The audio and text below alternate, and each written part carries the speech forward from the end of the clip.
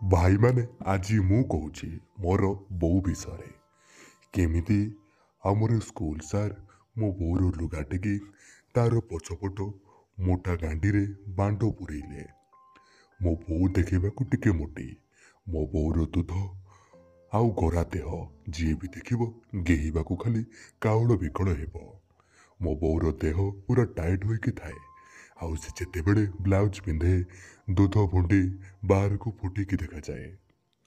मो बो स्कूल रे पिलांकू खाइबाकू देवा पाई आसिकी रोसई करे। जेतेबेले रोसई सामान गाड़ी रे आसे आम सार मो बो को डाकी स्कूल को नेइकी आसंती। हेले मु जेतेबेले छोट होइथिली माने पंचम क्लास रे पढ़ुथिली ए घटना सेतेबेले घटिथिला जहाँकि गिहागिही विषय मु किछि जानि नथिली। आम सार बोधे मो बो को आगरू गेहिछंती नहेले सेदिन सडन एमिति केमिति डाकिकी गेहिले। हौ चलतु शुणिबा कौन होइतिला सेदिन। स्कूल सार को घर आउ आम घर स्कूल टू पाखरे सबु थर भली सेदिन मध्य रोसई सामान आसबारु सार मो बो को डकई पठेइले। सेतेबेलकू संध्या 6टा हेलाणी। मो बो स्कूल रु केतेबेलू आसीथिला घर ताला पकई देकी आसीथिला जे मु खोली खेली बुलिकी घर को गला बेलकू घरे चाबी पड़ी। सेठू जेजेमा कहिले बो स्कूल को जाइछि। मु सेठू स्कूल को दौड़िली बो पाखर चाबी आनिबा पाई। मु स्कूल को गला परे देखिली स्कूल रे केही नाहांती।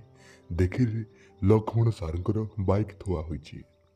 मु सेठू जो रूम खोला थिला से रूम को ढेरेकिना पशिली कारण मु सार को बहुत डरे। मु जेमिति रूम भितर पशिछि देखिली सार मो बो को कुंढे धरिकी मो बोर पिठिरे माड़ी बसी बोर दूध को दली दली पछआड़ू गेहुछंती।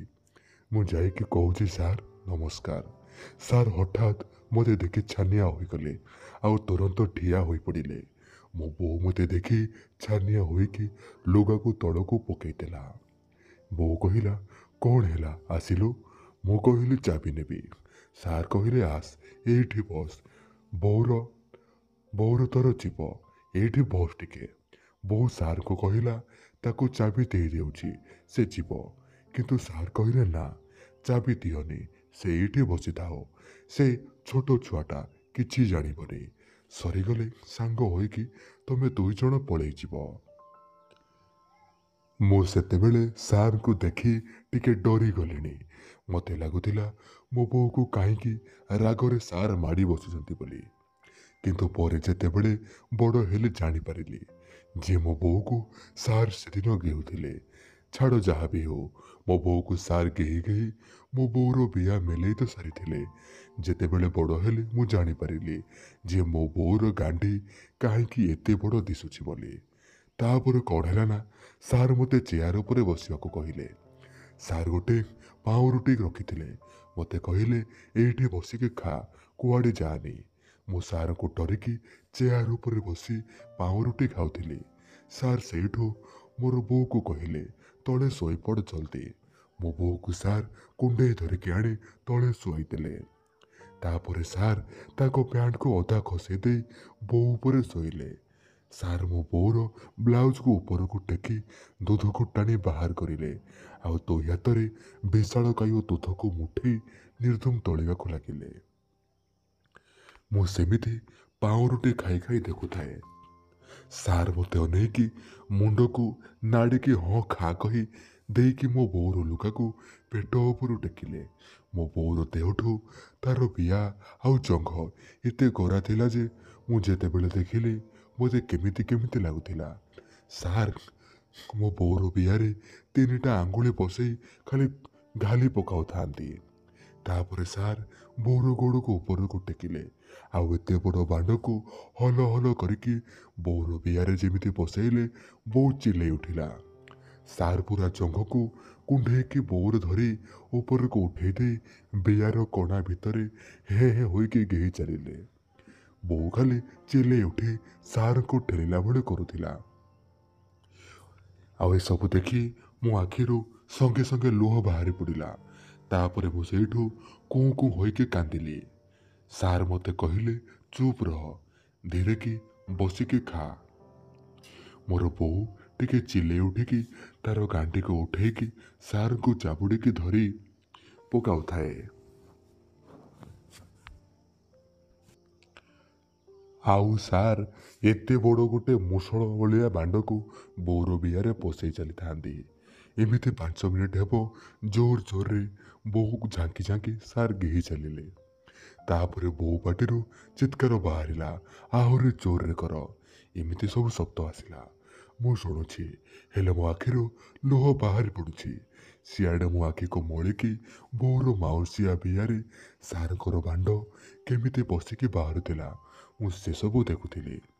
ତାପରେ ସେଇଠୁ ସାର୍ ହେଲେ ଟିକେ ଚିଲେଇ ଉଠି ଜୋରରେ ଗେହିବା ବଦଳରେ ଧୀରେ କରିକି ଗେହି ଗେହି ବୋଉର ଟଭା ଭଳିଆ ଦୁଧକୁ ମୁଠେଇକି ତଳି ପକାଉଥାନ୍ତି।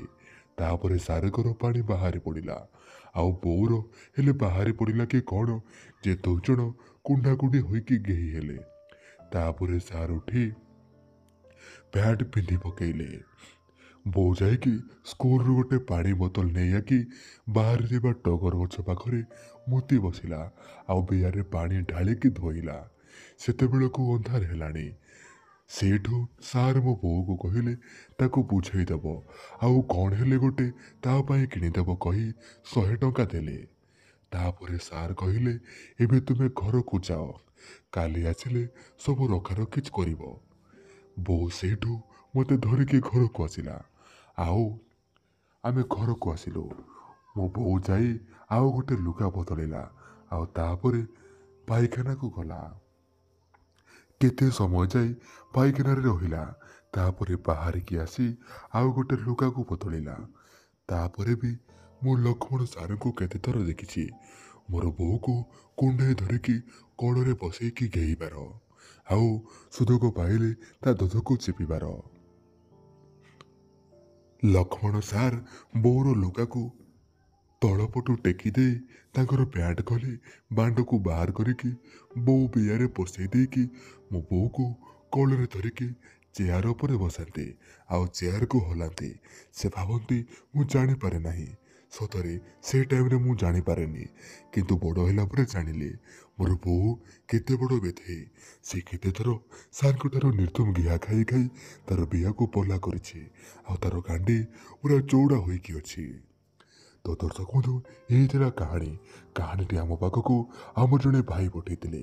ଯଦି କାହାଣୀଟି ଟିକେ ବି ପସନ୍ଦ ଆସିଛି ତାହେଲେ ଭିଡ଼ିଓକୁ ଲାଇକ୍ କରନ୍ତୁ, ଆଉ ତଳେ କମେଣ୍ଟ କରନ୍ତୁ କେଉଁଭଳି କାହାଣୀ ଆପଣ ଶୁଣିବାକୁ ଚାହୁଁଛନ୍ତି। ଆଉ ଆପଣ ଯଦି ଆପଣଙ୍କର କାହାଣୀକୁ ଆମ ପାଖକୁ ପଠାଇବାକୁ ଚାହୁଁଛନ୍ତି ତାହେଲେ ଟେଲିଗ୍ରାମକୁ ଯାଇ ସର୍ଚ୍ଚ କରନ୍ତୁ ଓଡ଼ିଆ ଷ୍ଟୋରି ଅଙ୍କିତ ଚିର, ଆଉ ଟେଲିଗ୍ରାମରେ ଜଲ୍ଦି ଜଏନ୍ ହୁଅନ୍ତୁ।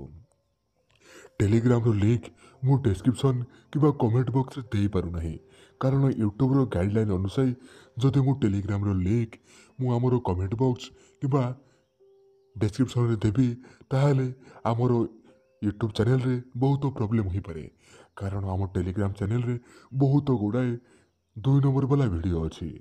ଜଲ୍ଦି ଯାଇକି ଟେଲିଗ୍ରାମରେ ସର୍ଚ୍ଚ କରନ୍ତୁ ଓଡ଼ିଆ ଷ୍ଟୋରି ଅଙ୍କିତ ଚିର, ଆଉ ଜଏନ୍ ହୁଅନ୍ତୁ। ରହୁଛି।